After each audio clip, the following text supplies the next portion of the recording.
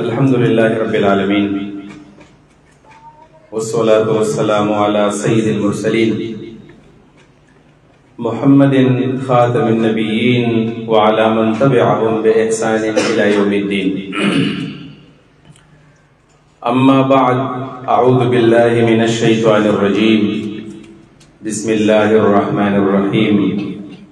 إنهم فتية آمنوا بربهم وزدناهم هدى. اللهم صل على سيدنا محمد وعلى آل سيدنا محمد وبارك وسلم تسلیما. قابل قدر برادر مکرم جناب مفتی اکبر علی عابد صاحب، برادر عزیز مولانا ڈاکٹر فضل وہاب صاحب مدیر جامعہ ریاض الجنت، محترم مولانا کرامت خان صاحب، حضرت مولانا عبدالرحمن صاحب او زمانگا میزبان اورور روح اللہ بھائی دیزے کی جماعت اسلامی ذمہ دارانو او دی مجلس کے دیر و زیادو عزتمند و حاضر و زمان دین اسلام رونو. اول شکریہ دا کوما چپدا سے بہترین نشست کے و مجلس کے ماتر و گفتگو موقع ملاو شوالا او روح اللہ بھائی مبالغه وکړه، خو حقیقت دا دی چې په داسې مجلسونو کې شرکت دا د سعادت خبره وي. د طالب العلمانو سره او د علم د حاصلونکو سره ناسته دا عبادت ګڼم او دا عبادت دی. ځکه چې قرآن کریم کې الله رب العالمین نبی علیہ السلام ته وایي چې ولا تطرد الذین يدعون ربهم بالغداة والعشي يريدون وجهه، چغه خلق د خپل مجلس نه مشړه چې کوم سار ماخام الله غواړي، د الله رضا غواړي، دا طالبان د الله رضا سار ماخام غواړي. او داغي سره سره نبی کریم صلی الله علیه وسلم ته الله تعالی فرمایي چې الذي يراك حين تقوم، چې تکل پاسيږي د دعوت د پاره او د تبلیغ د پاره الله تعالی ته ګوري. بیا ورته وتقلبك بالساجدين، ساجدین معنی هم دا شاگردان دی، علماء معنی کړه ساجدین اور صحابه کرام دي کوم چې د نبی علیہ السلام سره بسار ماقام کې ناستلو دا ساجدین. الله رب العالمین نبی علیہ السلام ته وی چې د طالبانو سره دا تقلب کله یو ځای تدلل او کله بل ځای تدلل، کله ناست او کله ولاړه، کله په درسګاه کې، کله په جمعات کې، کله بهر، دا تقلب الله دې ته ګوري، دا عبادت ده. زه تاسو لندا مبارکباد درکوم چې الله رب العالمین دله دا مقدر کړ چې تاسو په دین کې تقلب کوئ، په دین کې اوړې راوړئ. زمونږ د شپې او زمونږ د ورځې دا د دین په زده کړه کې دا تېرېږي او دا منډ او دا سیکنډ دا به د قیامت په ورځ باندې انشاءالله تعالی زموږ په کار باندې راځي.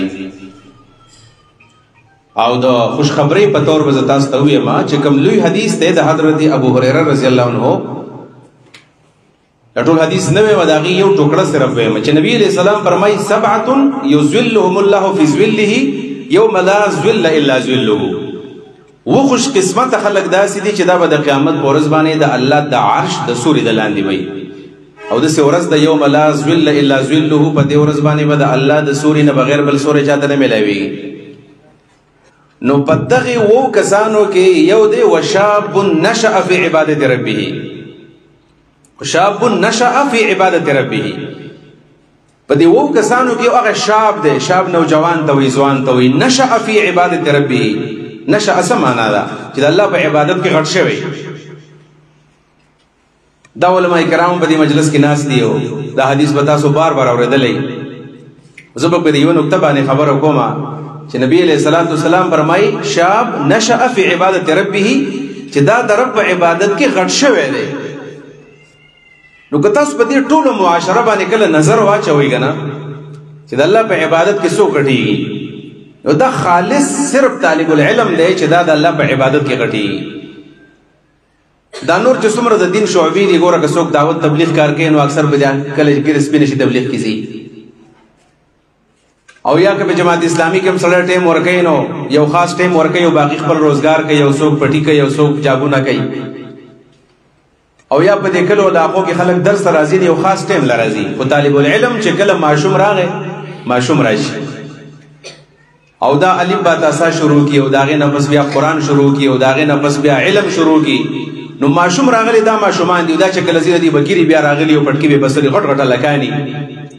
بلکې په دې ګیره کې سړی بیا مشر ښکاری نو بیا ورته عمل کان د ځان او د لسپنځل لس کاله مشر ورته ښکاری. دې حدیث چې کله زه سوچ کوم چې نبی علیہ السلام فرمایي شاب نشأ فی عبادة ربه نو فورا زما ذهن مدرسې ته راځي چې دې نه مراد د مدرسې طالبان دي. نو په دې باندې مبارکباد در کوم تاسو له په دې خوشحالي پکار ده. وفي ذلك فليتنافس المتنافسون. طالبانو تاسو ته وایم چې په دې کې الله تعالی فرمایي په دې کې د یو بل سره کمپټیشن پکار دی، یو بل سره بیا تنافس پکار دی، مقابله پکار ده، مسابقه پکار ده چې په دې وخت کې موږ څومره زیات علم حاصل کو او څومره ځان ستړی کو. زما موضوع ده په دې نشست کې اسلامی معاشره میں نوجوانوں کا کردار. نو زم کدا موضوع دې وی چې اسلامی معاشره میں بچوں کا کردار ځکه چې ماشومان ډېر زیات ما د مخامخ ناشتي زما کوشش کوم چې ردی د سطح خبره وکما سو به ان شاء الله د مشران د لپاره هم کوم او زما مخاطبین اکثر بچی دي ماشومان دي. نو څنګه چې په اسلامی معاشره کې د مشرانو صحابو کردارو داوی سره څنګه پسنګ د نوجوانانو صحابه کرامو د اسلام په اشاعت کې کردار پاتې شوی دی او د نوجوانانو سره سره بیا د دې بچیانو د دې ماشومان هم د اسلام په اشاعت کې باقاعده ډېر لوی کردار پاتې شوی دی. ورکوټ ورکوټي ماشومان لکه دا مخامخ ناست دي نو سړی ودي بس کولی شي. د امام ترمذی رحمه الله دا کتاب جامع الترمذی چې سړی کله ګوري نو باغ کې د حضرت انس رضی الله تعالی عنہ کردار دی. حضرت انس ابن مالک رضی الله عنہ نبی علیہ السلام چې کله د مکې نه مدینه ته راغی هجرت وکړو د حضرت انس پلار وفات شو او دا د لسو کالو ماشوم د انس بن مالک مور چې دا رومیسا نومې دی په ام سلیم باندې مشهور ده. ام سلیم رضی الله عنها نو هغه کونډه شوله خاونې مړ شو. ابو طلحه انصاری په وخت ایمان نو راوړی نو ام سلیم ته د نکاح پیغام ولګو وې زستا سره واده کومه او څومره مہر چې زمانه غواړي خو ته به ماته انکار نه کې زه ډېره ښایسته ښځه وه او هر چا په دې پسې د نکاح پیغام لګو نو ته زمانه څومره مہر غواړي در بګمه او زما سره نکاح وکړه. ام سلیم جنتی ښځه ده. یو حدیث کې نبی علیہ الصلوۃ والسلام په جنت کې لیدلې ده. ام سلیم ابو طلحه ته ویلو چې ظاهر د زما خاون مړ دی زه به واده خامخه کوم. په عربو کې دویم واده کول چې ښځه کونډه شي دا عیب نه دی، زموږ په دې معاشره کې خلک ورته عیب وایي. د عربو په دې تاریخ کې په دې معلوم تاریخ کې د یو زنانه 15 سلور ودونه شوي دي. یو خاون مړ دی بل واده کړی دی، بل مړ دی بل یې کړی دی او چې بل مړ دی بل یې کړی دی. نو ام سلیم رضی الله عنها ورته ویل چې زه به بالکل ستا سره واده وکړم خو زما شرط دا دی چې ته ایمان راوړه او چې ایمان دې راوړو 1 روپۍ نه راکوه، 1 روپۍ مهر درنه علامه ایمان راوړه. نو هغه ابو طلحه انصاری ایمان راوړو به د ام سلیم سره چې کله واده وکړو نو د نبی علیہ السلام سره بیا الیک سلیک جوړ شو، تګ را تک شروع شو. نبی علیہ الصلوۃ والسلام یو لسودونه دي نه بیبیانې په یک وخت دغه په حرم کې ژوندۍ وي خو زامنې نه لوریانې وي. سلور لوریانې د نبی علیہ الصلوۃ والسلام یو کوم چې زامنه ماشوموالی کې وفات شو نو نبی علیہ الصلوۃ والسلام مېلمنو له دا چای روټۍ دا او په خپل باندې راایستلې. دا څومره ګران کار دی چې د الله رسول دی او سړی مېلمه شو. نبی علیہ الصلوۃ والسلام خو ډېر مېلمدوس انسان دی نو بوبو بس نبی علیہ السلام بخبلتلو چیر وړي بس بخبل باندې بدلو. صحابه کرام ډېر خپه کېدل چې د الله پیغمبر زموږ خدمت کوي. نو دا ابو طلحه انصاری راغی خپل خزه دی ویل چې ستا خوخی او دا انس ابن مالک ستا بچی دی او ماته ضرورت نشته ساتم به الله خو دومره دا چې دا زمنګ سره دی زم خطه کړی ما او دا ماشوم دی نو که ستا خوخی دا به نبی علیہ السلام لور کو داغه به خدمت کوي. لسو کالو ماشوم دی دا ماشومان چې ناس دي دا بدی عمر کې د 9 کالو د لسو کالو بدی عمر کې. نو ام سلیم رضی الله عنها ودل دا خو زموږ د بار به سعادت چې زما بچی نبی علیہ الصلوۃ والسلام قبول کی ویلویسا. ام سلیم خپل بچی راوستو د لسو کالو ماشوم دی او نبی علیہ الصلوۃ والسلام لراله نبی علیہ الصلوۃ والسلام ودل مسلم چرته رالی وی خوې دی مو یا رسول الله صلی الله علیه وسلم خادم ګوټه مې راوستو یعنی خادم نه دی خوې دم دی یو خادم ګوټه مې راوستو د واسطه خدمت کوي. هغه انس بن مالک رضی الله عنه په دې ماشوموالی کې څنګه چې مونږ وایو کنو چې په بچپن کې کم علم نو دا په غاڼي باندې کرخی. په دې وخت کې چې کله سړی قرآن یاد کړي نو هغه نه هېرېږي. په دې آخر عمر کې چې قرآن یاد کړي بیا هېرېږي. دا ام سلیم رضی الله عنها چې کله انس بن مالک راوستو او نبی علیہ الصلوۃ والسلام ته حواله کو نو د نبی علیہ الصلوۃ والسلام په کور کې 10 کال مزید تیر کړی دی بیا 10 کال عمر او چې کله نبی علیہ الصلوۃ والسلام وفات کېدو نو د عمر 20 کال دی 20 کالو په عمر کې چې نبی علیہ الصلوۃ والسلام وفات شو خو دا علماء کرام هم ناس دي د حدیث کم کتاب کې سړی اوچتای کدا مشکات دی او کدا ورکوټ د 40 نووي نیواله ریاض الصالحین دی او کدا داغه دبر مشکات دی او کبیا بخاری او صحیح سته او مسانید او معاجم او مصنفات او مستدرکات او د مستخرجات څومره کتابونه چي دي نو بدی کې چې دوی مدرې مپانه النو عن انس ابن مالک رضی الله عنه قال رسول الله صلی الله علیه وسلم عن انس قال سمعت رسول الله صلی الله علیه وسلم یعنی د سپانه د حدیثو په کتابونو کې نشته چې باغی کې د حضرت انس رضی الله تعالی عنه ذکر نشته من خو دین من څه توایو دین من د الله او د الله د رسول خبرو توایو دین دغه شی ته ویلېږي قال الله وقال رسول د دین وي او دا قال الله وقال رسول دغه صحابه کرام من تر ارسول دي نو باغی کې د حضرت انس ابن مالک کردار هغه زماوس ته مخ ته دی چې هغه خپل د لوړکپن زمانہ او د بچپن زمانہ او د نوجوانی د زمانہ چې په دې وخت کې مور او پلار د خپل بچی د ډیر زیات خوشاله د بچی چې کنزل کې مور او پلار د سنوي کدا پیاله ماته کې مور او پلار د سنوي کدا چرته بل رانه و کې پیسې کله وشلې مور او پلار د سنوي دا ماشوم دی او دغه عمر دی ماشومان نبی علیہ الصلوۃ والسلام لورکو په دې وجبانه دی ماشوم نبی علیہ السلام د بشمار خدمتونه کړې دي بلکې په دې ترمذی کې یو حدیث ته چې د حضرت د نبی علیہ الصلوۃ والسلام یو واده او شاید چې دا د ام سلمہ رضی الله عنها څخه کله واده نو نبی علیہ الصلوۃ والسلام زموږ په دې علاقو کې بخار تیر په علاقو کې به خانکه وایو چې کله بچا واده وکړو د واده له بیا د گاونډیان ول روټي وړله او ساره واجونه ختم شول په خوا بداسه د قشان حضرت ام سلیم حضرت انس بن مالک ته چې د وکړ نبی علیہ السلام واده کړی دی تحفه ورلېګو نو هغه حضرت انس فرمایي نبی علیہ السلام زما مور ماته ویل چې راشه او خوراک ولويسا ول ډوډۍ موړۍ سړی ډوډۍ پر دی وی او زما مور ویل غوړي راواغستلو او باغې کې پراټې پخې کړې لماته چې دا نبی علیہ الصلوۃ والسلام لويسا ویل هغه ډوډۍ مې راوړل دا نبی علیہ الصلوۃ والسلام د واده تحفه ورکړه او هغه چې کله ما نبی علیہ الصلوۃ والسلام ته کې خدل نبی علیہ الصلوۃ والسلام ټول ملګری راوغختل او هغه و ډوډۍ دی یا اته ډوډۍ دی او هغه ټول ملګرو ته الله تعالی هغه ډوډۍ ورسوله په دې ځوانه د اسلام تاریخ دا چې کله سړی اوچتې دا د نوجوانانو نډک دی بلکې د صحابه کرامو تعداد چې څومره دی د نبی اسلام د شاګردانو د 90,000 تعداد څوک چې 90,000 پورې نبی اسلام شاګردان تیار کړی دي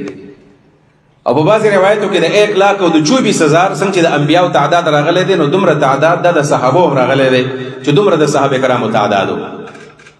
په دې صحابه کرامو کې اکثر صحابه چې کم دي اکثر نو دا اکثر نوجوانان او ماشومان دي کوم چې موږ تاریخ ګورو دا نوجوانان دا ماشومان دي ابو بکر صدیق رضی الله عنه موږ چې کله وایو چې رسول به مسلمان وي په بډاګانو کې ابو بکر صدیق ایمان راوړ دا موږ وایو کنه دا غلطه خبره ده ابو بکر صدیق رضی الله عنه سلويخت کالو په عمر کې او د 38 کال عمر کې سوچاته بډاوي نو چاته بډا د 38 کالو د 40 کال هغه ته مضبوط جوان وي په دغه وخت کې ابوبکر صدیق ایمان راوړی دی نبی صلی الله علیه وسلم سره د 2 کال عمر فرق دی د نبی علیہ السلام ممزولې دی موږ د بډا وایو بډا صحابي نو نوجوانو البته نور صحابه کرام دا د اکثر صحابه د ابوبکر صدیق کشرانو لګ لګ عمرونه وداوي سوا د حضرت عمرو ابن جموح چې دا غنو منګه الو یا د حضرت ابو ایوب انصاری نو اورو دا صحابه کرام هغه صحابه کرام چې دا مشرانو یا ابو ذر غفاری زره ګورو ودا سي خال لګ لګ صحابه موږ د سخکاری چې دا مشرانو اکثر صحابه کرام دا نوجوانانو دوی د نبی صلی الله علیه وسلم دا پیغام چې وارو د دنیا ګډ ګډ ته ورسو موږ چې کله د نبی صلی الله علیه وسلم د انقلاب ته ګورو او زه تاسو هغه حدیث لبوزم کم حدیث کې چې نبی صلی الله علیه وسلم د غار حرانه د نبوت دیوه واغستله او کله وتړمبه وحی رااله په بخاری کې په جوړبي باب کې دا حدیث ته باب کیف کان بدء الوحی الی رسول الله صلی الله علیه وسلم په دې باب کې او دا د حضرت عائشه رضی الله عنها حدیث ته زموږ مور دا حدیث نقل کړی دی چې نبی علیہ السلام مالک له فرشتراله لو ماته اقرا بسم ربک الذی خلق دا بنزایتونه کله ویلو او زه د غار حران راوتل مکور تراتلم نو یخنی را باندې راغلی و تب را باندې راغلی و کور ته چې کله راورسېدو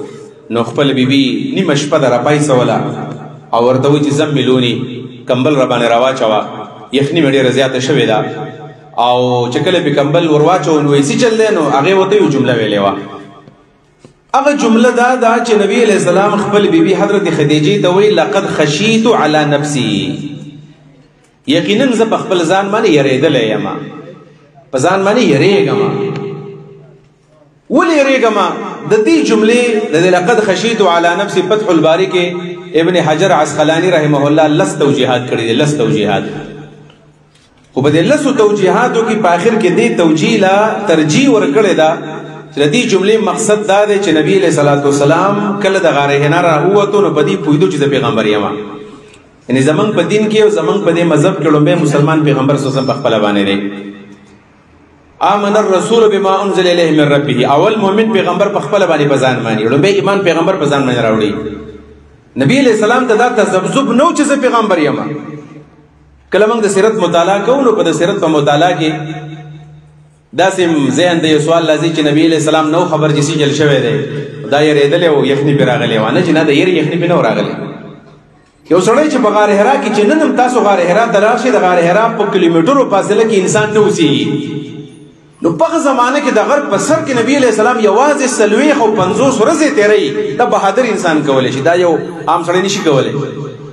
دا یې په نبی علیہ السلام نه راتله او نبی علیہ السلام در خپل معاشره معلومه مو چې دا څومره د ډاکوانو معاشره ده، د ظالمانو معاشره ده، او بیا نبی علیہ السلام تش لاس بغیر د اسلحه نه د بغار حرا کې ناستو. نبی علیہ السلام په ځان چې کوم ایمان راوړی درو به ایمان نبی علیہ السلام په دې بوجو چې د پیغمبر یم. لقد خشیت علی نفسی مقصد دا دی چې دا پیغمبر وای چې ما ته الله وسو میشن حواله کو، الله مال یو پیغام راکو انقلاب دی، زه به دا ټول معاشره به بدلوم، دا ټول معاشره بدلوم. دا معاشره به څنګه بدلوم؟ په دې کې خلک خپل لوریانې ژوندۍ خخې نو دا به زه بدلوم. په دې کې د زنانه مقام نشته، دا به بدلوم. په دې کې ظلم دی، دا به بدلوم. په دې کې بربریت دی، په دې کې شرک دی او د شرک دا تورې تیری دي، دا به زه بدلوم. نبی علیہ السلام ته ټارګټ مخې ته و، زه په دې یریږم چې دا به زه سر د ورسوم کو به نه رسوم، دا ډېر ګران کار دی، دا خلک به زما مخالفت کوي. دا هغه سوچ د نبی علیہ السلام سره لقد خشیت علی نفسی د ځان باندې یریږم. او چې کله نبی علیہ السلام راغی او الله او بیا د زید ابن حارثه پشانی او د حضرت علی پشان او د حضرت ابوبکر پشان او د حضرت عمر او د عثمان پشان او د ابو عبیده پشان او د عبدالرحمن ابن عوف او د سعد ابن ابي وقاص او د طلحه بن عبید الله پشان صحابه کله ورکل. نبی علیہ الصلوۃ والسلام د خپل مشن په ډېر لږ وخت کې چو کړی هغه سر در رسولای دی. څومره وخت کې نبی علیہ السلام د انقلاب برپا کړی دی؟ 13 سال مکی دور دی او 10 سال مدنی دور دی. 13 او 10 23 سال دی. په 23 سال کې نبی کریم صلی الله علیه وسلم دا ټول معاشره یک سر بدل کړی دا، یک سر بدل دا، د ټولو جزئیات سره نبی علیہ الصلوۃ والسلام دا معاشره بدل کړی دا. یعنی موږ ته په دې جدید جبه کې ریولوشن ویل شو چې دا انقلاب او ریولوشن مکمل تور باندې د دنیا په بل باندې واړو نبی علیہ السلام. او یوازې اړول نه و بلکې نبی علیہ الصلوۃ والسلام چې کله د خپل مقصد کې کامیاب شو د صحابه کرامو په معیت کې او د خپل مرګ نه 81 ورځې یا 82 ورځې مخکې په حجۃ الوداع کې د عرفات په میدان باندې ولاړ دی او چې کله خطبه ویلا نو په دې خطبه کې د نبی علیہ الصلوۃ والسلام د خلی مبارک نه د الفاظ وزي چې الیوم اکملت لکم دینکم واتممت علیکم نعمتي ورضیت لکم الاسلام دینا.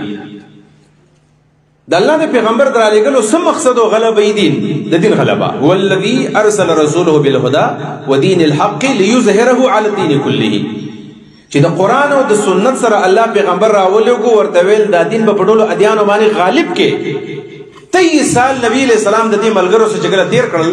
نو دغه مقصد حاصل کو او د خلی مبارک د الفاظ وزي چې اليوم اکملت لكم دینکم نن مستاسو دین غالب. نبی علیہ الصلوۃ والسلام کر کې دکھایا چې کوم مقصد ورته الله حواله کړو هغه حاصل کو. او نبی علیہ الصلوۃ والسلام د ملګرو ته आवाज وکړو چې تاسو درکوم الا هل بلغتکم، تاسو درکوم آیا خپل مقصد چې الله زده صدا پر را لګلې او هغه می در ورسو. نو ټول ملګری ورته وی چې او قد بلغت واديت ونصحت، تبلیغ هم دی وکړو، حق هم دی ادا کو، زمون خیر خوایم دی ولټه ولا. او نبی علیہ السلام اسمان تلاش شو ک الله وی ته گواشه او ګوته اوچته کړله او داغه نفس نبی علیہ الصلوۃ والسلام حج ختم. دا پیغام د نبی علیہ الصلوۃ والسلام او هغه سره ورسو. په دې وجبانه دا مشهور چې کوم یو مصنف دی ډاکټر مایکل ایچ هارټ په نوم باندې په خپل باندې عیسائی دی. هغه یو کتاب لیکلی دی، سلو کسانو یو ډیټا را جمع کړې ده، دی 100 influential persons in the history په نوم دغه کتاب دی. 100 کسان چې هغه د خلکو په ژوند باندې اثر انداز شوي دي او د چا ژوند یې بدل کړی دی. هغه 100 کسانو چې کوم ډیټا را جمع کړې ده نو په هغې کې ړومبی نوم د محمد رسول الله صلی الله علیه وسلم اچولی دی چې دا د دنیا بلکې په ټول هیومن هسټري کې او په انساني تاریخ کې د ټولو نه کامیاب ترین انسان د نبی علیه الصلاۃ والسلام. وجه لیکل ولې دا خبره کومه؟ نبی علیه الصلاۃ والسلام دا تذکره په اوله باندې ولې کړې ده؟ نو هغه دغه وجه ذکر کړه. وجه وای دا ده چې په دنیا کې ډېر کم خلک داسې دي چې هغه یو مقصد دپاره راشي او یو کار شروع کړي او په خپل ژوند باندې هغه مقصد حاصل کړي. دا خلک ډېر کم دي. لکه محمد علی جناح سے پاکستان جوړ کړی و که نه، بانی پاکستان دی، فاؤنډر اف پاکستان. ویل په دې پاکستان کې موږ د اسلام تجربه کوو، وشو پکې نه ده شوی پکې. اقبال وایي موږ دا ډریمر اف پاکستان دی، د پاکستان خوب یې لیدلی دی. پاکستان خوب هغه خوب هغه شانې خوب پاتې دی. پاکستان کې اسلامي نظام د اوسو پورې رانغی. یعنې ډېر خلک دی چې هغوی دنیا ته راغلي دي خو خپل مقصد کې نه دي کامیاب شوي. دا ړومبی انسان دی نبي علیه الصلاۃ والسلام. مایکل هارټ وایي چې هغه په 23 سال کې خپل مقصد حاصل کړی دی. کم مقصد دپاره چې راغی چې د دین غلبه او هغه غلبه نبي علیه الصلاۃ والسلام وکړله. دا د نبي علیه السلام دا ټوله کامیابي چې وانو په دې کې د دې ملګرو کردار دی. زه اختصار سره په دې موضوع باندې چونکې د جمیع طلباربیه شب بیداري ده نو زه ډېر تفصیلات نه بیانوم. د دې وخت په مناسبت باندې ځکه د جمیع طلباربیه موږ په خپله باندې تربیت شده افراد یو. موږ له تربیت جمیع طلباربیه کړی دی. دغه شان شب بیدارو کې موږ کېناستو، د شپې ورځې مړونه کولې به. او د جمیع طلبه عربیه چې کم کارکن دی او کم امیدوار رکن دی او یا رکن دی او یا کارکن او رفیق، د هغې مقصد دا وي چې دا به د معاشرې یو کامیاب فرد به د معاشرې موږ ته نه جوړو. یوازې به داسې نه چې دا به په جومات کې امامتي کوي یا به یوازې د مدرسه کلاو کې د هغې محتمم به وي، بلکې د جمیع طلباربیه د تربیت مقصد دا دی چې موږ به یو قسم روحاني معالجین به تیارو. اب دې معاشرې ته ګوري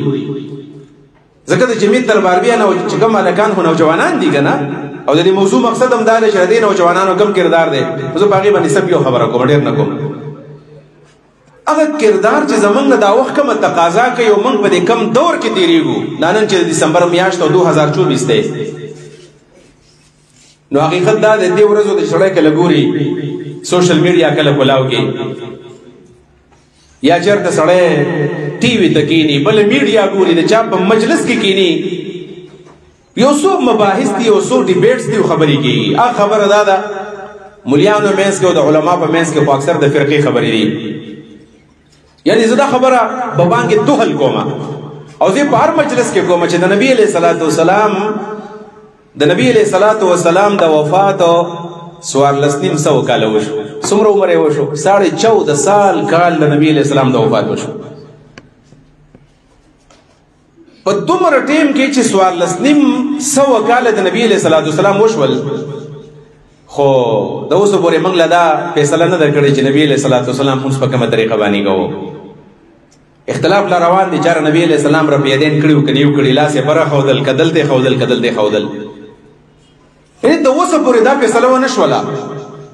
نبی علیه السلام 1400 کاله مخکې وفات شوی دی او د اوسه پورې مولیانو دا مسله حل نه کړله چې نبی علیه السلام اوس ژوندی دی که وفات دی. ډیبیټیکل بحث دی او لګیا دي خلک په دې باندې خبرې کوي. د قرآن د نزول 1400 سال وشول او د اوسه پورې موږ د دې بحث نه ونه وتلو چې مړي اوري او که مړي نه اوري. او بیا مونځ کې دنه جزئیات چې په دې امام پسې یو فاتحه وایو که نه به وایو، په جهري مونځ کې ویل شته او که نشته دی، بلکې دا خو د دې معاشرې افراد یو موږ ټول. نن سبا په معاشره کې د هغه مولا ویلي خلکو د ښکاري، هغه مولا خلکو ته معتبر ښکاره کېږي. چا د فرقه پرستو ملګری او د فرقو دپاره کار کوي او مناظر وي او چیلنجونه چاله ورکوي او یار دا ډېر نر مولا دی. نو تقریبا دې دور ته زه وایم د جمیع طلباربیه کارکون په کوم نظر باندې به وګورو، څه کردار په دې دور کې دی. د ټول اول خبره خو دا چې دا کم مسایل په دې معاشره کې دي، که دا د فاتحې مسلې دي او که دا د تقلید مسلې دي او که دا د رفع یدین مسلې دي او که دا د حیات او د ممات مسلې دي او که دا د سما او د عدم سما مسلې دي، په دې نوجوانو د جمعیت الباربیه د نوجوان غړي لومبه کار دا په دې مسلو په دبل نه زیات کويږي. ګوره کله کله زمونږه کله طالبانو دا خبره کو نه وای دا خبره بس دام جایز دي بس دا پردا نه چې څنګه عام فرقه پرس خلک په دې باندې بحث کوي چې زما شاګرد او زمنګ د دې فکر چې کوم طالب علم دی چې بل نه خبريږي دا څه به خدلایلی او چې هغه ته دلایل کله معلومي نه او بیا کمپیریزن کول شي موازنه به کول شي خلکو د بیا د اعتدال مذهب ور کوي او د اعتدال فکر بوله ور کوي. یو خبره ورته دا ول غواړي ګوره د سیمو کوي چې بس دام غلط کی دام غلط کی غلط کوي او ټیک څوک وته کوي دا ورته ما وتا کوي. او کوم چې د مدرسې نه بار دي ناغنن سبا د قوم پرستی شکار دي څوک د قوم پرستی شکار پلانې قوم دی پلانې قوم دی کم خلک چې بیا د قوم پرستی نه بار دي هغه په سیاسي ګوندونو کې مشهور دغه دي مصروف دي پلانې سیاسي پارټي او دا غینه چې بس کله بره ورځي بیا د هر ملک ځان خپل مبادات دي. دا هغه نقصان ده شی دی چې نن نوجوان په دې مقصد کې نه دی کامیاب. نو قبل اول او بیت المقدس چې دا د 1,00,000 پیغمبرانو زمکه ده 1,00,000 پیغمبرانو زمکه ده فلسطین زمکه او د مسجد اقصی زمکه او د القدس زمکه الته کې سهل شروع ده تقریبا 23,000 ته هغه شهدا ورسېدل 23,000 ته شهدا ورسېدل. د زرګونو په تعداد کې په غزه کې کورونه وران شول او هغه کم بمباریان چې کیږي نو موږ د داسې غب شان ښکاری چاره دا به رښتیا او دا به دروغي. او تازه بیان هم دا دی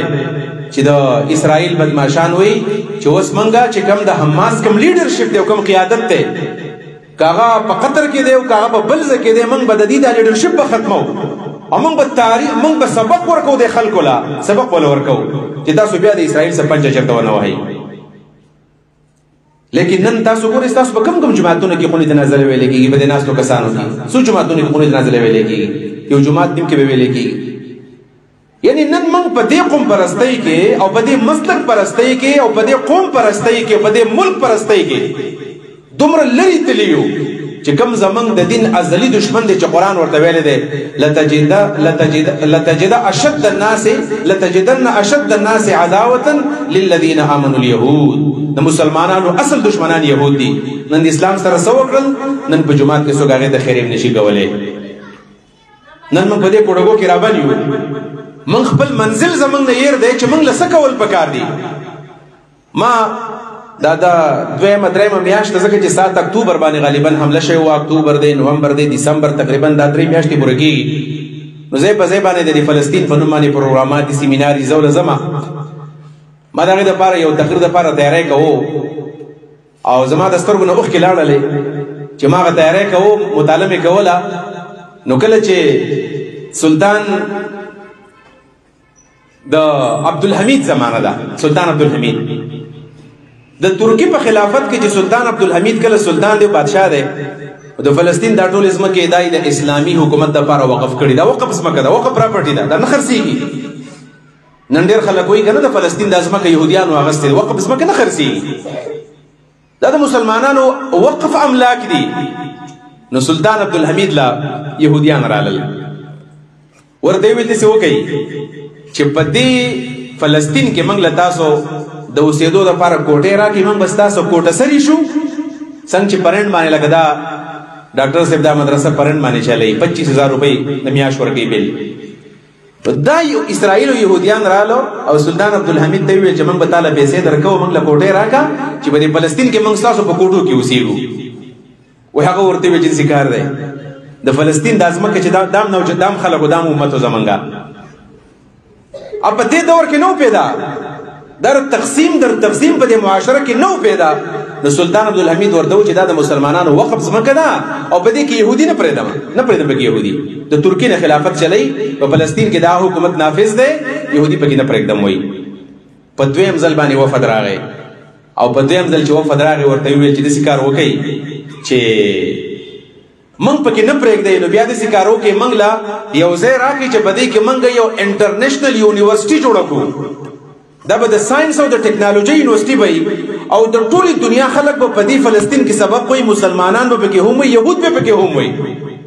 ساينسدانان به کې منګ تیارو. سلطان عبدالحمید ورته چې يهوديانو د یونیورسيټي لپاره ځمکه نه ورکوم په فلسطین کې د يهودي لپاره د کالج لپاره او د سکول او د یونیورسيټي د پارس مکنه ملاویدله داسې دورو په دریم ځل باندې چې کله بیا راغلل په دریم ځل باندې ویل چې نه راکېراله نو بل کار وکړې تاسو پیسې په بریف کیسونو کې راوړلې او ډېرې پیسې راوړلې ورته وایي چې په تاسو باندې په ترکي باندې څومره قرضې دي دا ټولې قرضې به در موږ ادا کړو دومره پیسې ورسره یهودیان مالداره خلک دا ټولې پیسې به درکړو ستاسو څومره قرضې دي هغه به در خلاصي اوس تاسو څومره ضرورت دی هغه ټول مال به درله درکړو موږ له په دې ځای کې ځای راکړه وایي سلطان عبدالحمید داسې یو دغه راوچت کو یو لرګی وایي دومره ځمکه نه ده دومره دام درنه درکوم او زه خپل کار کوم دا مسلمانانو وقف ځمکه ده هغه زمانه وه چې سلطان عبدالحمید او مسلمانان هغوی په دنیا داسې حکومت کړی دی په هغه وخت کې د مسلمانانو داسې طاقت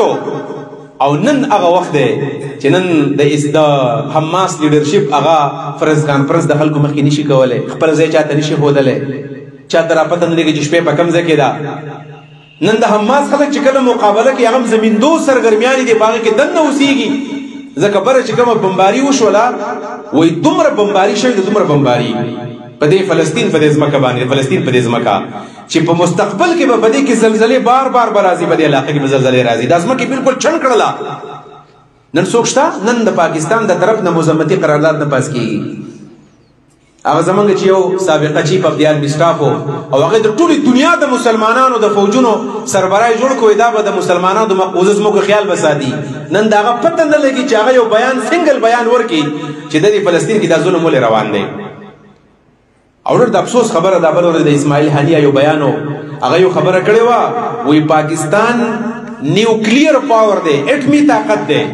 که پاکستان وویل چې تاسو اسرائیل د فلسطین نه وځئ او بمباري ختمه کوي بالکل دا اسرائیل به وتښتي دا مقابله نشي کولی او دا به ځي دومره د پاکستان نه هېرېږي اټمي قوت دی نن پاکستان دا سټیټمنټ نشي جاري کولی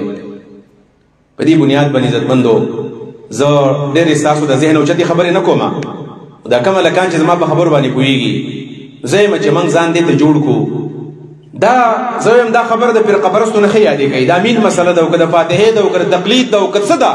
چې زموږ سره دواړو طرف نه مضبوط دلایل دي خو چې کوم مقصد هغه مقصد زموږ نه هېر نشي ګورئ ورنه بیا هغه حالت او دا حالت یو بل سره اوس ته میچ کا چې په هغه وخت کې اسلام څنګه او په دې زمانه کې اسلام و څنګه دی یو خبره دویم نمبر خبره او دا به انشاءالله خیره خبره کوم ډېر ټیم منالم هغه دا ده نوجوانانو او د جمعیت طلباربیه ذمہ دارانو او د مدرسو طالبان نور کلکان په دې پروګرام کې ناست دي هغه دا ده چې نن سبا چې کومه مسله امت ته راپېښه ده یو خو د اتفاق او د اتحاد او د وحدت علمیه ده چې نشته دی مسلمان تقسیم دی من به پخوا وایي چې یاره فتنې به راځي فتنې فلانې فتنه ده او فلانې فتنه ده او فلانې فتنه ده نن سبا خلک فتنه دې ته وایي چې دا مودودیت فتنه ده او دا وهابیت فتنه ده او دا پنجپیریت فتنه ده دې ته فتنې مولیان وایي دا هغه په ګوټ کې چې ناست دي هغه خلک دې ته فتنې وایي فلانې فتنه او فلانې فتنه به دبسې مونځ کېږي دبسې نه کېږي فتنه پېژندل غواړي نن سبا چې کومه فتنه ده نو هغه فتنه ده هغه فتنه چې هغه د نظریاتو جنگ روان دی په ټوله دنیا کې د نظریاتو بلکې عام طور باندې کوم چې د دې جنګونو ماهرین دي که نه وایي دا د جنګونو پنځم سټیج روان دی یو لومبې یو وخت راغلی و لومبې سټیج راغی د هغې نه پس بیا دویم سټیج راغی او بیا دریم راغی څلورم راغی دا اوس پنځم سټیج روان دی پنځم په اولني چې کوم جنګ روان اولنی نو هغه لومبې چې کوم فرصت و نو په هغې کې به د دې تورو جنګونه کېدل بیا دویم مرحله راغله ټوپک ایجاد شو بیا دریمه مرحله چې راغله نو بیا به خلکو میزایل باندې جنګ کوو په څلورمه مرحله کې بیا ټمبم جوړ شو اوس پنځمه مرحله چې راغلې ده د ټمبم نه بل خطرناک شی نشته اوس خطرناک شی د نظریاتو جنگ دی د نظریاتو جنگ هغه د نظریاتو جنگ څه دی هغه دا ده چې نن سبا غټه فتنه هغه د الله د وجود نه انکار دی تاسو یقین وکړئ کوم خلک چې په کالجونو کې په یونیورسټو کې دي هغوی ته د دې فتنې ډېره غټه اندازه ده چې په کالجونو کې په یونیورسټو کې نن سبا لویه فتنه هغه د ایتیزم د دهریت د الحاد د سیکولریزم او د لیبرالیزم فتنې دي چې نن سبا خلک نه مني چې الله شته تاسو به ګورئ په د سوشل میډیا باندې ملحدین پخوا به چا ځان نشو ښکاره کولی چې دا ملحد دی او دا الله دا بېدینه دی او الله نه مني نن هغه برملا په فیسبوک باندې په سوشل میډیا باندې راغلي دي او د الله د وجود انکار کوي او دا نن سبا ګورئ بیانیه جوړه شوې ده ښه نریټیو چې ورته ویلي بیانیه جوړه شوې ده دا کائنات په خپله باندې پیدا شوي دي د ځمکه اسمان په خپل باندې. هم بل زمونږ مسلمانانو دغه ذهني سطح دومره کمزوري ده کنه چې ذهني سطح مونږ وایو چې دا دنیا الله پیدا کړې ده، خو یو ساينسدان دی غالبا جارجز د کسدا غنوم دی، هغه یو تیوري پیش کړي او هغه ته بگ بینګ تیوري وایي. 13.8 بلین سال پہلے جو دنیا کې دماکه شوه، ایکسپلوژن وشو، دماکه وشوله او دا غي نه پس د کائنات جوړ شو. دا الله نه پیدا کړی، یو بگ بینګ یو تیوري ده او دا دنیا په خپل باندې ماده او په دې کې بلاسټینګ وشو، په دې کې دماکه وشوله او دنیا په وجود کې رااله. دا سالر سیستم راغی او د سپوږمۍ او نور او ستارې او سیارې او سمندرونه او ونی او بوټي دا ردی بگ بینګ نه پس او د دې دماکې نه پس رااله.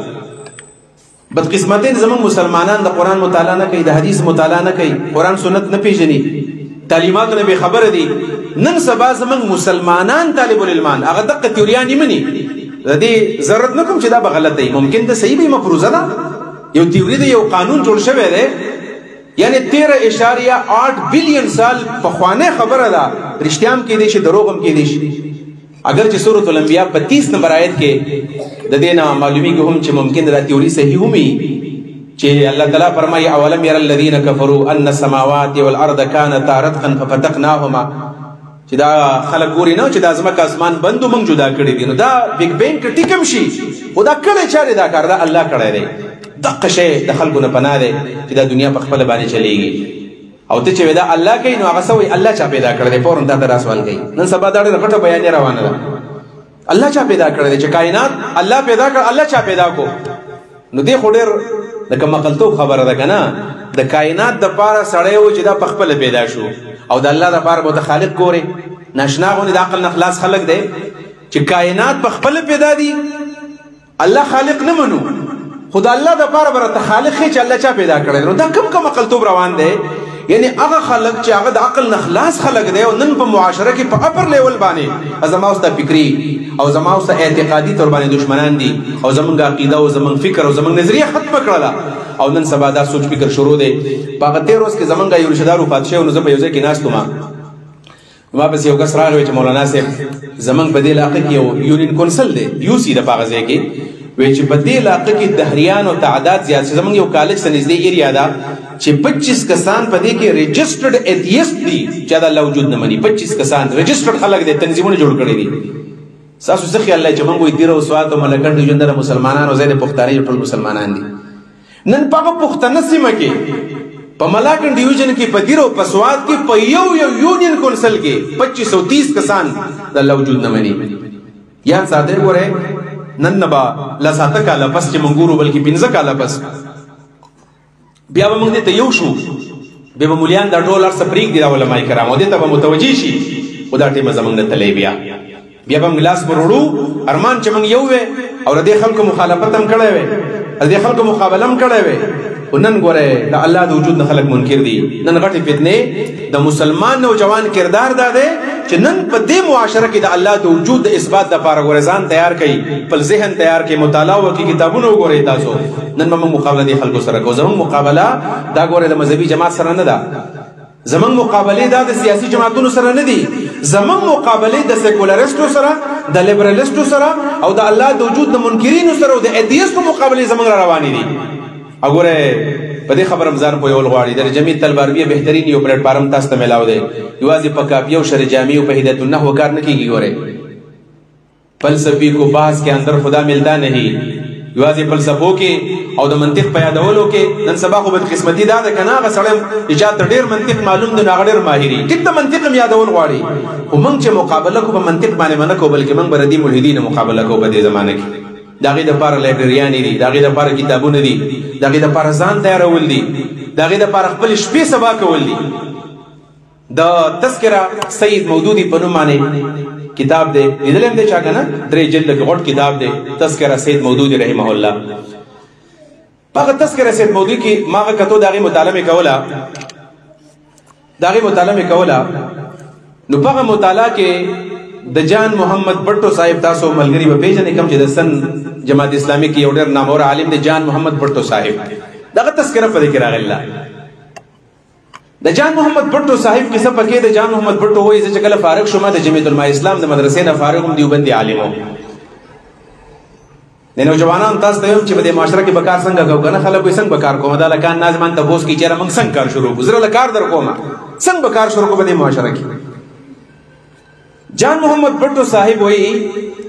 زه د مدرسې نه فارغ شوم او په سن کې په یو جومات کې ما د ماسخوتن د مانځه نه پس درس قرآن شروع عالم دی موږ وایو علما دي څنګه ورخواله ورځو عالم دی ما درس قرآن شروع و د کلي هلکان به کې ناستل نو په دې کې یو څو هلکان دي کچه کچه هلکان دي لږې لږې ګیرې راغلي دي برېتې راغلي دي لکه دا ماشومان چې ناست دي وایي زما په درس کې به نن 2 کسان کېناستل بیا به 3 کسان کېناستل لمن چې تربت وایو که نه دې تربت وایي د کالج هلکان دي د فرسټ او د سیکنډ ایئر هلکان دي او شیخ الحدیث بربت کې اغستی دی څنګه یې اغستی دی وایي دا هلکان زما په درس کې چاپته کېناستل وایي بیا رانږدې شول شیر صاحب یو تپوس درنه کوم یو ما ورته چې وایي بچیا وایي چې ستاسو ډېر ښکلی درس دی ډېر مزیدار درس دی ډېر د اتحاد او د اتفاق خبرې کوئ زموږ سره څه کتابونه دي په هغې کې چې هغه مولانا صاحب کمې خبرې کوي او ته چې کمې خبرې کوي بلکل یو شانې دي ویل ما ورته چې دا کم کتابونه ګورئ وایي چې موږ به در سبا راوړو وایي چې سبا راغله مولانا مودودي رحمه الله دینیات خطبات او دا کتابونه هدایات دا کتابونه موږ له راوړل اسلامی نظامی زندگی اور بنیادی تصورات و دا کتابونه ما له راکړل ما چې د مودودي دا نوم وکړ ما باندې ډېر بد ولګېدو څنګه چې نن سبا په دې خلکو بد لګي د مور کنزل ورته کوه پروا یې نه د خور کنزل ورته کوه پروا یې نه خو چې د مولانا مودودي رحمه الله ووایي لکه تندر چې په دې خلکو را پرېوتی بیا بس چې کله دا خلک قاری رحمه الله مولانا سره وایي بس دا د هغوی دپاره پوره ده دا به د غوسې نه بس چوي مولانا ووي بیا رحمه الله ووي بس چې دا ځمکه وچوي او دا به که ورننوتې دا د دې لپاره بیا کافي ده داسې بې بد لګي د مولانا دا نوم مولانا مودودي رحمه الله کتابونه ویل ما ترې واغېستل قارم راله راغی بیا مې ویل چې هلکان دي ویې ګوره دا کتابونه که نه خیر دی ویا کتابونه مې کولاو کړل دینیات مې وکتو خطبات مې وکتو قرآن کی 4 بنیادی اصطلاح مې وکتو اسلامی نظامی زندگی اور اس کے بنیادی تصورات مې وکتل ویل ما ویل چې دا سړی خو د کمان سړی دی موږ د پولیسو استادانو دروغ ویلي دي ویل اخر داسې وشولی چې ما ویل د دې علاقې د جماعت اسلامي امیر به څوک چې زه ورسره ملاقات وکړم چې ما جماعت اسلامي کې داخل کړي بیا معلومات کول چې ما تر جماعت اسلامي امیر وښایې نو په هغه ځای کې چا یو کس وښودو عام غریب سړی د پټي زمیندار و چې دا د جماعت اسلامي امیر دی هغه ته ویل چې ما د مولانا مودودي له ورساو وی میں ان کے ظلموں کا اسیر بن گیا چې دا سړی به کله یې نه مزو زه به کله د خواته کېنم ویل هغه راته وویل چې مولانا مودودي رحمه الله خو په لاهور کې دی او د سن په دوره خو بلحال نه دی البته مولانا مودودي رحمه الله د ګردو بیمار و ویل هغه امیر صاحب چې خط یې رالیږلی دی او په فلاني میاشت کې د مولانا مودودي رحمه الله د سن دوره د تنظیمي دوره ده او د ګردې اپریشن یې کړی دی مولانا د ګردې 3 اپریشن یې کړي وو د داسې بیمارۍ سره مولانا د تحریک کار کړی دی ګورئ وی چې مولانا مودودي رحمه الله روان دی او هغه ځای کې ممتاز حکیم دی راته ویلي دي چې ماله به رسټ هاوس بک کړي او د دې حکیم نه به زه یو میاشت علاج کوم نو د سهاري به موږ د تحریک کار کوو او بیا به مې شپه دلته یو زه به دې ځای کې د هغوی سره پاتې کېږم علاج به کوم وایي ما چې کله راغی امیر راته ویل بس ته به وله راشي وایي موږ په انتظار ناست یو مولانا مودودي رحمه الله به راځي ریل ګاډي کې مولانا مودودي رحمه الله راغی او ویل موږ ریسیو کو او مولانا مودودي رحمه الله چې کله د ریل نه راکوزېدو او ما چې په نظر ولګېدو وی زما د ټوله دنیا د ذهن دنیا بدل شوله او په دغه وخت کې زه په هغه باندې عاشق شوم بیا د مولانا مودودي رحمه الله وی راغی و چې کله موږ رسټ هاوس ته راوستو وی ناشنا خبره دا وه چې ماښام طوفان راغی او باران راوورېدو او داسې باران شو چې موږ څومره انتظامات کړو هغه بجلي هم خرابه شول او لیټونه هم خراب شو هر څه ګډوډ دي نو حالات چې ګډوډ نو ویل ډوډۍ موډۍ مولانا نه ده خوړې مولانا ناست دی موږ خدمت کوو وایي په دې کې ډېر ناوخته شو کله چې موږ د بحالي وکړله وایي په دې کې یو کس وویل چې یاره څه ټایم وایي د شپې ناوخته و وایي په دې ټایم کې تیار د مولانا مودودي وویل چې یاره ما ته ښکاري د شپې 3 بجې دي د شپې د 3 بجو پورې د جماعت کارکنان لګیا دي کار کوي 3 بجې دي وایي چې کله موږ ګړۍ وکتله د شپې ټیک 3 بجې وي مولانا مودودي رحمت الله علیه داسې نه و چې د غیب دعوې کوله وایي موږ تپوس وکړو چې مولانا مرحوم تا ته څه پته ولګېدله چې 3 بجې دي دا خبره ما د مقصد خبره ادا کوم وایي مولانا ویلو چې ما تفهیم القرآن په 30 سال کې لیکلی دی 30 سال او 4 مهینې کې تفهیم القرآن لیکلی شوی دی او په دې 30 سال کې او په 4 میاشتو کې د شپې خوب ما نه دی کړی ما ټولې شپې رون کړې دي د مولانا مودودي رحمه الله د خوب ټیم کو چې د اشراق مونځ بیا وکړو د دې نه به د 10 بجو پورې دا ټیم د مولانا د خوب دی ماسپښین پورې بیا د تحریک دا خو ټول عمر په جیل کې تېر شوی دی 8 سال په جیل کې تېر کړی دي د مولانا مودودي رحمه الله علیه شپې هغه په تصنیف کې تېرې شوي دي د مولانا مودودي د مازیګر مجلس د خلکو د ملاقاتونو مجلس دی، یو منټ دا غسر نه و، یو منټ داسې وخت تیر کړی دی. وی مولانا راته ویلو چې په دې 30 سال کې ما ته دا پته ده چې دا پلانې ستوري په کم ټیم باندې راخیږي، په کم ټیم باندې پریوزي. وای ما چې د ستوري ته وکړه چې دا ستوره د شپې په 3 بجې راخیږي، ما ته نه پته ولګېدله. بقدر الكد تكتسب المعالي من طلب العلا سحر الليالي. دې ته ویلې کېږي همت کرے انسان تو کیا ہو نہیں سکتا، وہ کون سا مشکل ہے جو حل ہو نہیں سکتا. دا خلکو مولانا مودودي رحمت الله علیه موږ د داسې خلکو فکري بچیو، موږ د داسې خلکو فکري پرزندان یو. ونن حقیقت کې وره موږ د تحریک زموږ نه پاتې دی. دا نن سبا نوجوان زه ډېرې غټې غټې خبرې نه کوم، د خپلې اسانې خبرې کوم چې راځي زموږ څخه یو روښانه مستقبل دی زموږ. یعنې زموږ خو هغه خلک دی د سید قطب شهید رحمه الله کم مشران ز تاسو ته یاد کما چې تاسو جذبات هغه د زرا اوچت کم هغه د تاسو د ذهن ولګوما. سید قطب شهید رحمه الله هغه چې کله پانسی کېدو په مصر کې خدا سي یو کاغذ ولراغه او باغې کې شپږ خبرې لیکلې وې چې تا ته ولې پانسی ملاويږي. سید قطب شهید رحمه الله پانسی شو. زمنګ مشرانو ته مرګونه په بسترو نه دی راغلي، زمنګ د تحریک مشرانو له چې کوم مرګونه راغلي دي په میدان کارزار کې ول راغلي دي، په جیلونو کې دغه وختونه تیر شوي دي. سید قطب شهید رحمه الله ته وایي چې تا د پانسی ملاويږي نو شپږ خبرې دي، خو یو خبره پکې داره چې ستا افکار په پاکستان کې مولا د مولانا مودودي دغه د افکار او ستا افکار ملاو دي نو ځکه دا د سزا ملاويږي. په مصر کې په خلکو د سزا ملاوېدله او نن سبا موږ دا ګمراه دی او دا دسه دی او دا هغه څه دی. نن هغه د ماوستانن ذمہ داری دا جوړیږي دغه لټریچر کتل غواړي چې دا موږ ازبر کو په یادو باندې یاد کو چې موږ ته سبې معلومات کتابونو داسې خلکو داسې چې هغوی به د اوسپنې نه بیچي د اوسپنې نه. سید قطب شهید رحمه الله چې کله وفات کېدو نو دوه خبرې به ډېر ناشنا دي. یو خبره به کې دا ده ویل یو عالم ولا راوستو چې دا خو پانسی کېږي نو په دې اخر کې ورته کلمه ووایه چې دنیا نه د کلمې سره لاړ شي. سید قطب شهید رحمه الله پانسیګار ته چې تلو نو د هغه نه هغه خپلې جامې لرې کړې دي او د پانسۍ په هغه لباس کې دی چې کله پانسي پندې ته خیږي او د مرې ته ولا د پانسۍ هغه پنده راچوي نو هغه مولانا سي پټاټ باټ کې او په کورته کې او په پټکي کې او په راغې نو ورته وایي چې چېرته رالې او چې زه تا ته کلمه وایم چې کلمه ووایه چې ته د دنیا نه د کلمې سره اړ شوی. هغه ورته وایي چې نادانه په کومه کلمه باندې چې ته ډوډۍ ګټې او تا ته په تنخوا ملاویږي د هغې کلمې د نظام دپاره زه خپل وجود قربانوم د الله په لار کې او زه خپل سا او خپل روح د هغې نظریې دپاره ورکوم او ته ما ته کلمه وایې. داسې خلکو او بیا ورته چا ویل چې آخرې ارمان دی وایه څه ارمان دی ستا؟ ویل هغوی چې آخرې ارمان مې دا دی چې مرحبا بلقاء الله ومستعد للموت، مرګ ته تیار یم او د الله استقبال ته ملاقات ته مرحبا کوم. داسې خلکو زموږ مشران. امام حسن البنا شهید رحمه الله د 42 سال په عمر کې خلکو ویشتو، یعنی کم مشر زیات کم چې زمونږ ډېر روښانه مستقبل دی او زمونږ ډېر روښانه ماضي وه. زمونږ په ماضي کې تیاره نشته دی،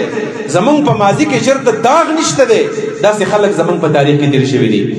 په دې وجه باندې نوجوانانو غفلت د خوب نه راپاڅېږئ. مولانا مودودي رحمت الله علیه وګورئ، هغه مولانا اسحاق مدني صاحب د جهلم یو مولانا دی وفات شوی دی. اکثر خبرې په پنجابۍ کې د څوک نه پوهېږي. هغه وایي که امت جوړول غواړئ امت وایي 3 کسان وګورئ، اقبال ووایي، مولانا مودودي ووایي، سید قطب وګورئ. وایي 3 کسان وګورئ، 3 چې امت تیار کوي. امت نن ولې امت وده دی؟ نن ولې په دې کوډوګو کې دننه دی؟ موږ د خپل مقصد هېر شوی دی. لہذا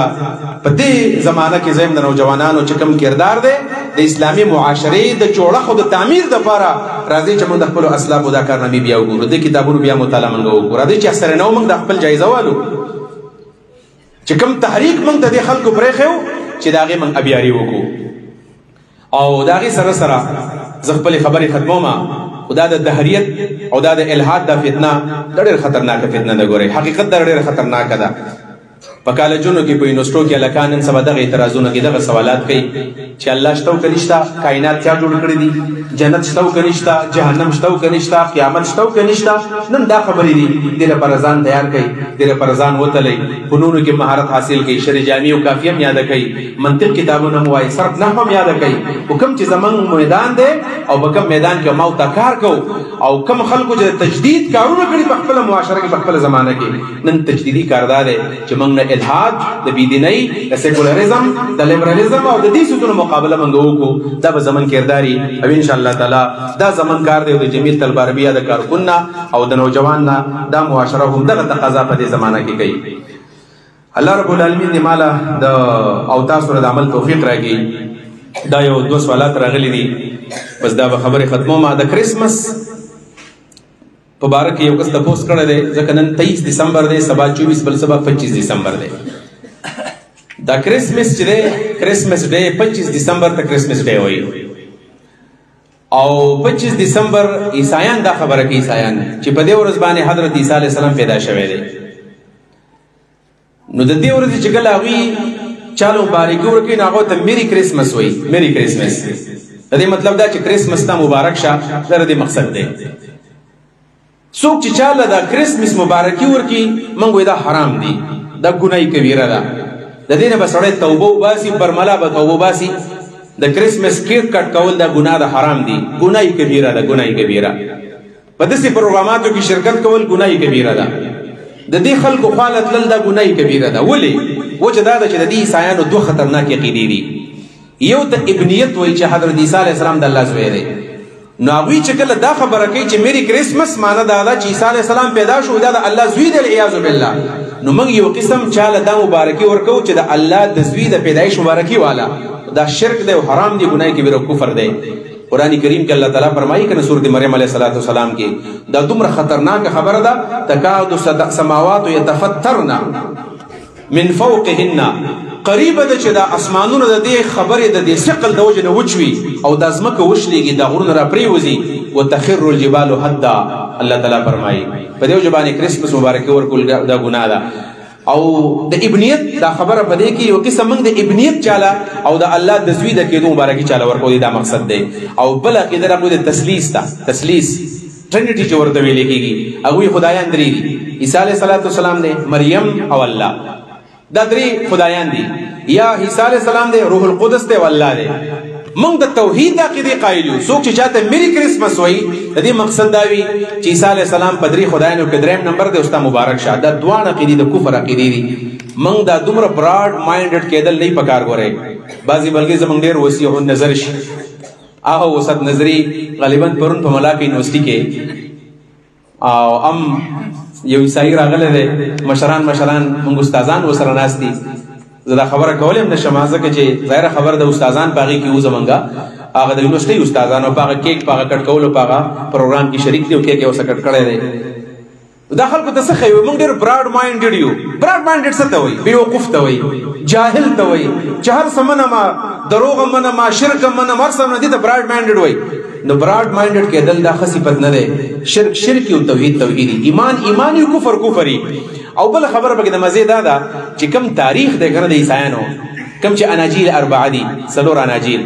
یا د عیسایانو څومره مذهبي لټریچر دی په دې کې په یو کې دا خبره نشته چې عیسی علیه السلام 25 تاریخ باندې پیدا دی د عیسی علیه السلام د پیدایش په باره کې د 7 جنوري خبره شته چې په 7 جنوري باندې پیدا دی د 6 جنوري پکې شته